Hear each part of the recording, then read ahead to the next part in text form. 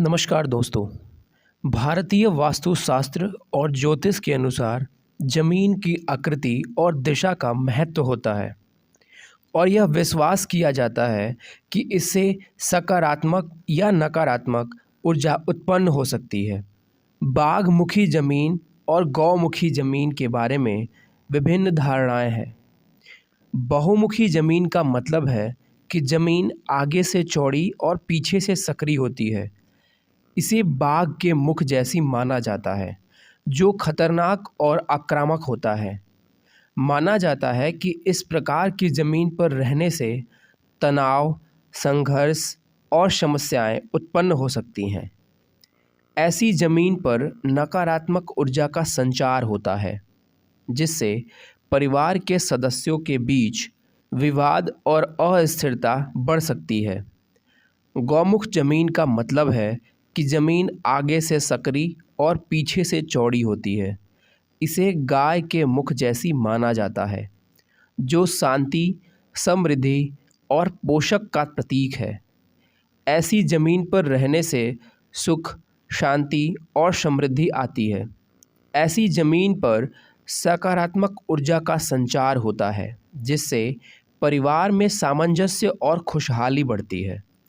इन मान्यताओं का आधार वास्तुशास्त्र और ज्योतिष है, जिसका उपयोग भवन निर्माण और भूमि चयन में किया जाता है। लेकिन क्या ये परंपरागत और सांस्कृतिक मान्यताओं पर ही आधारित है? बाघमुखी और गौमुख जमीन की पारंपरिक धारणाओं के पीछे कुछ वैज्ञानिक दृष्टिकोण और तर्क भी हो सकते हैं। बाघमुखी जमीन: अगर जमीन आगे से चौड़ी और पीछे से संकरी है तो बारिश का पानी ठीक से नहीं बह पाता।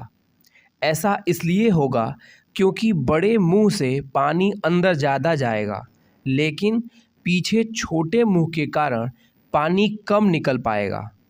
इससे जल जमाव और मिट्टी की कटाव की समस्या हो सकती है, जो भवन की स्थिरता को प्रभावित कर सकती है। और ये समस्या गौमुखी ज़मीन में नहीं आएगी, क्योंकि वो आगे से पतली और पीछे से चौड़ी है।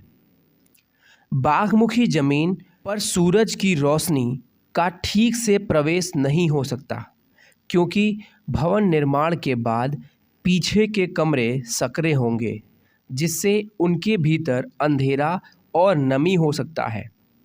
और गौमुख ज़मीन में ये समस्या भी नहीं है। बाघमुखी ज़मीन पर जगह का उपयोग असमान हो सकता है, जिससे भूमि का अधिकतम उपयोग कठिन हो सकता है। भूकंप या अन्य प्राकृतिक आपदाओं के दौरान असमान आकार की ज़मीन पर नुकसान की संभावना अधिक होती है, और गौमुख ज़मीन पर समान आकार और स्थिर संरचना के कारण प्राकृतिक आपदाओं का प्रभाव कम होता है।